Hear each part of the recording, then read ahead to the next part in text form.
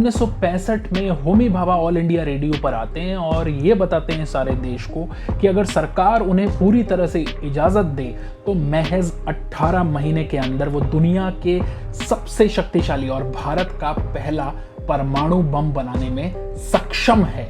ये वो बताते हैं 1965 में।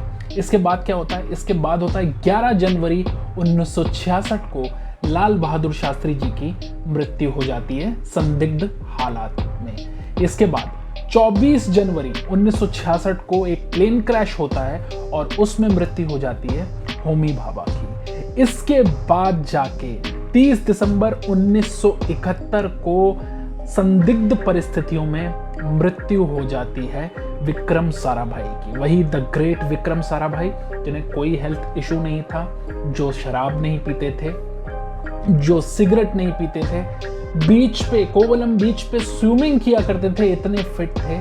संदिग्ध परिस्थितियों में उनकी मृत्यु हो जाती है और उनका पोस्टमार्टम तक नहीं करवाया जाता। नमस्कार, मैं हूं तुषार उप्रेती। तो ये कुछ मैंने ग्लिम्सेस बताए हैं, इन पे बात करेंगे थोड़ी थोड़ी, और ये है रिव्यू कॉर्नर। संदर्भ क्या है? संदर्भ है हालिया रिलीज फिल्म रॉकेटरी और नंबी नारायण।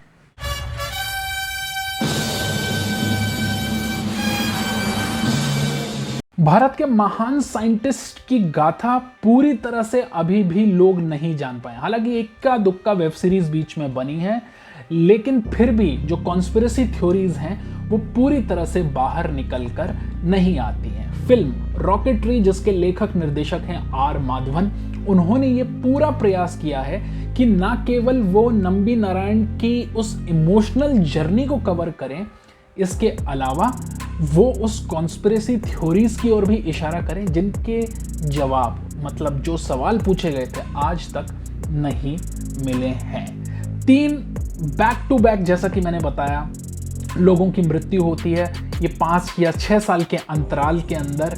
और वजह क्या होती है?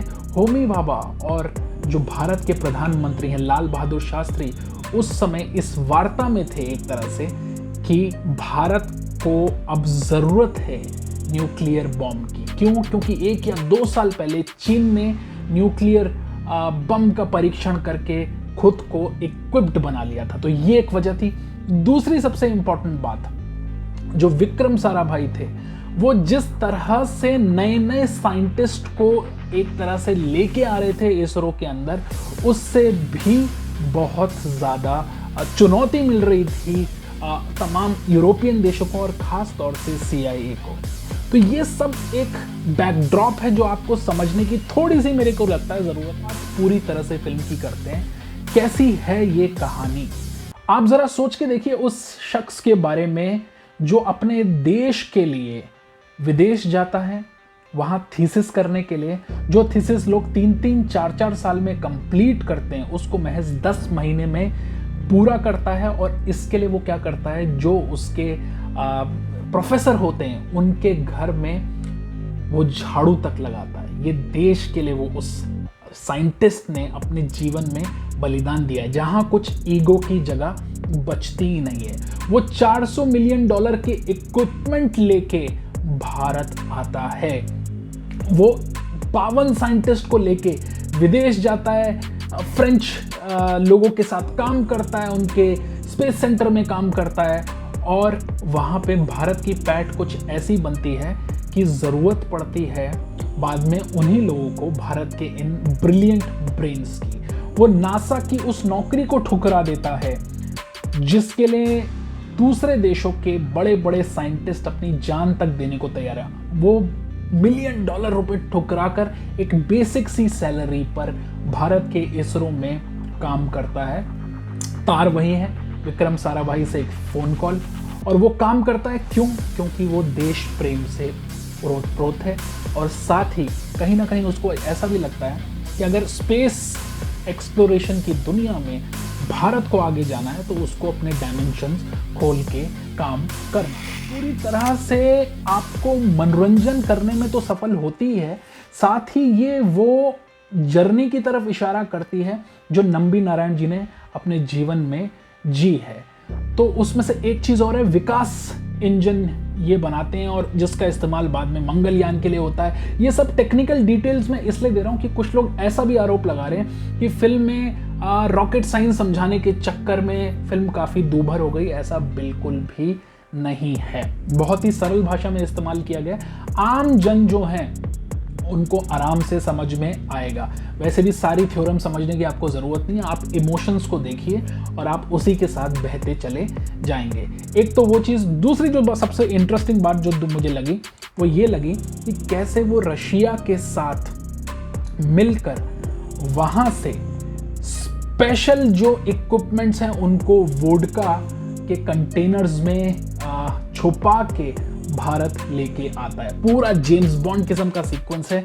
तो ना केवल साइंटिस्ट के तौर पे, एक भारत के सर्वश्रेष्ठ नागरिक के तौर पे भी उन्होंने ओवर द टॉप जो काम किए हैं उसको ये फिल्म पूरी तरह से प्रदर्शित करने में सफल होती है। क्या ये अच्छी आत्मकथा है या मैं कहूँ अच्छी बायोपिक या अच्छी बायोग्राफी है? बिल्कुल है। सारे शेड्स नजर आए। जब उनके परफॉर्मेंस और डायरेक्शन को लेके थोड़ी सी करते हैं, एक तो भारत के सिनेमा के इतिहास में ऐसे बहुत कम अभिनेता आपको मिलेंगे जिन्होंने किसी चरित्र को करने के लिए या पूरी शिद्दत से उसे निभाने के लिए अपने शरीर का नाश कर लिया है। बिल्कुल नाश मैं इसलिए कह रहा हूं कि वो चरित्र की, जिसे हम कहते हैं साहित्य की भाषा में उदात्तता है, यानी कि एक्सट्रीम लेवल है या जो सुपीरियॉरिटी है, उसको जीने के चक्कर में उन्होंने अपने आप को जीरो डाउन कर डाला है। तो माधवन ने बतौर अभिनेता इसमें वही सब किया है।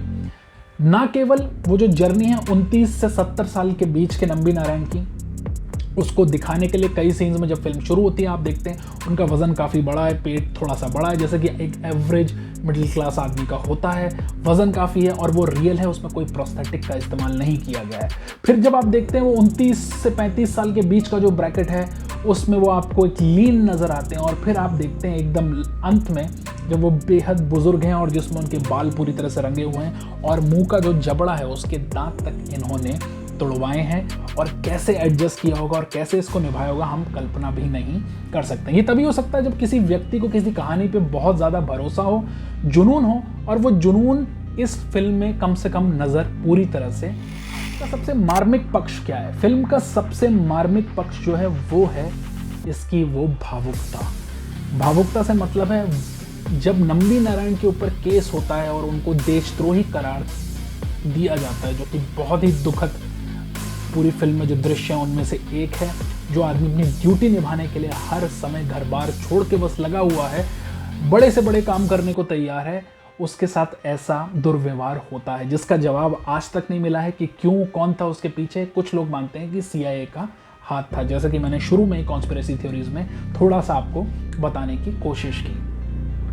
उनके ऊपर जो बीतती है वो कहानी का एक पक्ष है, लेकिन उनके परिवार के साथ जो बीतती है और ख़ास तौर से उनकी जो पत्नी है उनके साथ जो बीतती है, जिस तरह से उनका मेंटल बैलेंस जाता है, वो बेहद हृदय विदारक घटना इस फिल्म में आपको रुला डालेगी। आप नहीं चाहेंगे कि किसी भी इंसान के साथ ऐसा हो, और ख़ास तौर से जो उस श्रेष्ठता के स्तर पे राष्ट्रीयता को लेके आगे बढ़ रहा है, जिसके लिए कंट्री फर्स्ट, इंडिया फर्स्ट का ही नारा है हर जगह, उसके साथ तो ये बिल्कुल भी ना।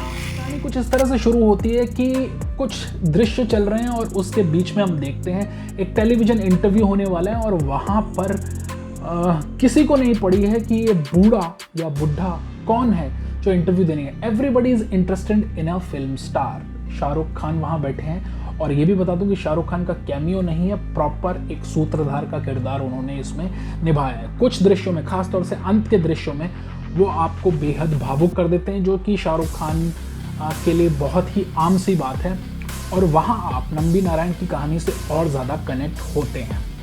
तो बतौर खुद एक फिल्म स्टार होते हुए लोगों के बीच में जो इस तरह का माहौल रचा गया है वो एकदम टू द पॉइंट है, और माधवन इसको रचने में पूरी तरह से सफल होते हैं। फिल्म की सिनेमेटोग्राफी बहुत ही अच्छी है, दृश्य बहुत अच्छे से फिल्माए गए हैं, और कलर्स जो उभर के आते हैं वो बेहद बढ़िया निकल कर आते हैं। फिल्म ट्रेवल करती है या कहानी ट्रेवल करती है अलग अलग देशों के बीच में, भारत में, और भारत में भी अलग अलग जगहों पर ट्रेवल करती है। इसके अलावा विदेश में रशिया है। इसमें आपको अच्छे से बदलाव नजर आएगा, जैसे कि फ्रांस के दृश्य जब आते हैं कि एक दृश्य दूसरे से कितना अलग लगता है। एक्टर्स या जो कास्टिंग की गई है, ये कहानी पूरी तरह से नंबी नारायण के बारे में थी, इसलिए माधवन का किरदार सेंट्रल उसमें है, लेकिन उनके इर्द गिर्द जो बाकी छोटे छोटे जो किरदार रचे गए हैं, जो उनके सहकर्मी हैं, जो उनके साथ काम करते थे उस जमाने में, उनके जो किरदार रचे गए हैं, उनके नाम कलाकारों के भले ही आपको नहीं पता हो, लेकिन वो धीरे धीरे आपको इम्पैक्ट करना शुरू करते हैं। खासतौर से वो किरदार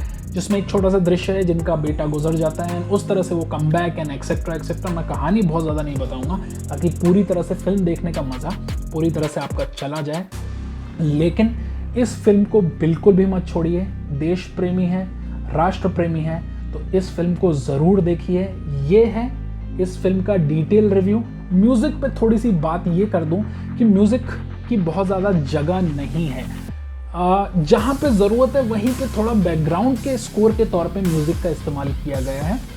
अदरवाइज फिल्म पूरी तरह से क्लीन है और बैक टू बैक कहानी दर कहानी कहती चली जाती है। जहाँ सम्मान है, जहाँ अपमान है, जहाँ पीड़ा है, जहाँ वो चोट है सालों की, और लास्ट में सुप्रीम कोर्ट का जब वो ऑर्डर आता है कि बाइज्जत एक तरह से उनको वो जो सम्मान है वापस दिया जाता है, एंड सब लोग जैसे खड़े होते हैं, वो आपको गौरवान्वित भी करता है और थोड़ी शर्म भी आती है कि हमारे देश में इतने बड़े साइंटिस्ट के साथ ऐसा कैसे हो सकता है। ये है रिव्यू कॉर्नर, ये है the film rocketry, the Nambi effect का एक डिटेल रिव्यू। उम्मीद है आपको पसंद आया होगा। किसी भी किस्म की भ्रांति में ना पड़ें और कोशिश ये करें फिल्म को जाके सिनेमा हॉल में ही देखें। OTT पे फिल्म का मज़ा तो होता है, लेकिन वो जो साउंड सुनने का जो आनंद है, जो सिनेमा हॉल में माहौल बनता है, वो OTT में नहीं आता मेरे भाई। धन्यवाद।